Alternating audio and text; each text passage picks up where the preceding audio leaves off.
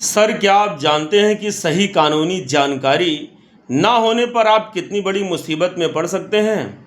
नमस्कार, मैं आपका दोस्त M.K. जायसवाल, उत्तर प्रदेश सुल्तानपुर से।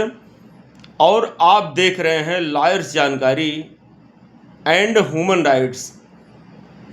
तो सर, आप जुड़े रहिए चैनल पर लास्ट तक। इसमें आपको कानून की पूरी जानकारी मिलेगी।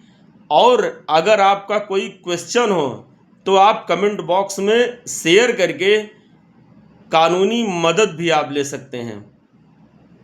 मेरे व्हाट्सएप नंबर पर आप संपर्क भी कर सकते हैं, 9450212039 पर। तो शुरू करते हैं एक नई जानकारी के साथ। धन्यवाद। गुड मॉर्निंग मित्रों, आज का नया टॉपिक है सोशोलॉजी।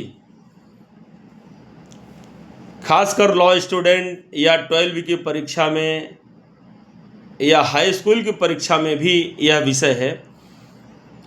कानून के नज़रिए से परिवार समाज की सबसे बुनियादी इकाई है। अलग अलग आधारों पर परिवारों को कई प्रकारों में बांटा गया है।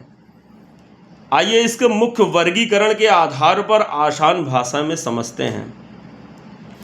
बनावट या सदस्यों की संख्या के आधार पर यह सबसे आम वर्गीकरण है, जिसे हम अपने आसपास रोज देखते हैं। एकल या नाभिकीय परिवार, इसमें केवल पति पत्नी और उनके अविवाहित बच्चे शामिल होते हैं। आधुनिक समय में शहरों में ऐसे परिवार सबसे ज़्यादा देखने को मिलते हैं, जैसे संयुक्त परिवार। इसमें 2 या 2 से अधिक पीढ़ियों के लोग एक साथ एक ही घर में रहते हैं, एक ही रसोई का बना खाना खाते हैं और उनकी संपत्ति भी सामूहिक होती है। इसमें माता पिता, दादा दादी, चाचा चाची, भाई भाभी और उनके बच्चे सब शामिल होते हैं।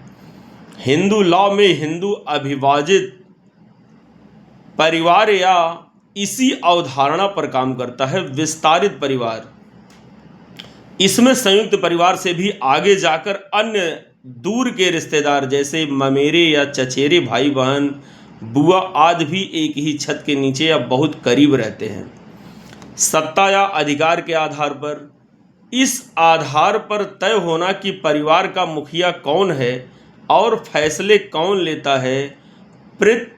पितृसत्तात्मक परिवार, इस प्रकार के परिवार में पुरुष आमतौर पर पिता या सबसे बुजुर्ग पुरुष परिवार का मुखिया होता है।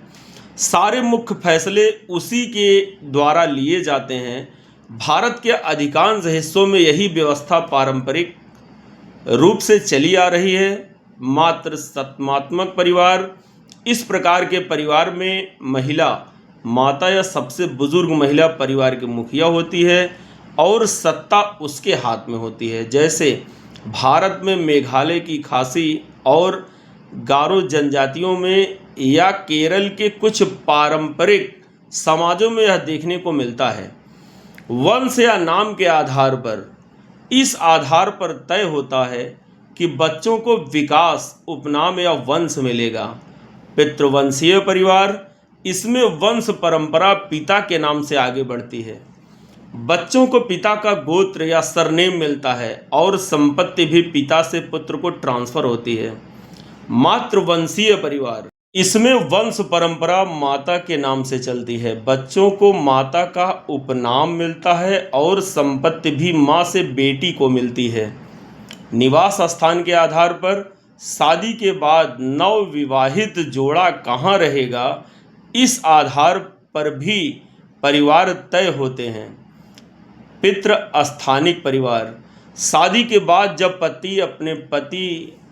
पत्नी अपने पति के माता पिता के घर जाकर रहने लगती है।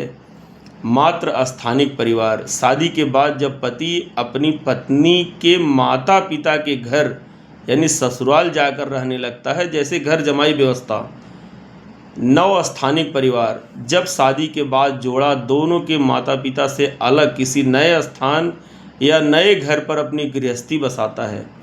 विवाह के आधार पर एक विवाही परिवार, इसमें एक पुरुष एक महिला का ही विवाह होता है और वे परिवार चलाते हैं। कानूनी तौर पर आज के समाज में भारत में अधिकांश नागरिकों पर यही लागू होता है। बहुविवाही परिवार, इसमें एक पुरुष की एक से अधिक पत्नियां हो सकती हैं या एक महिला के एक से अधिक पति भी हो सकते हैं।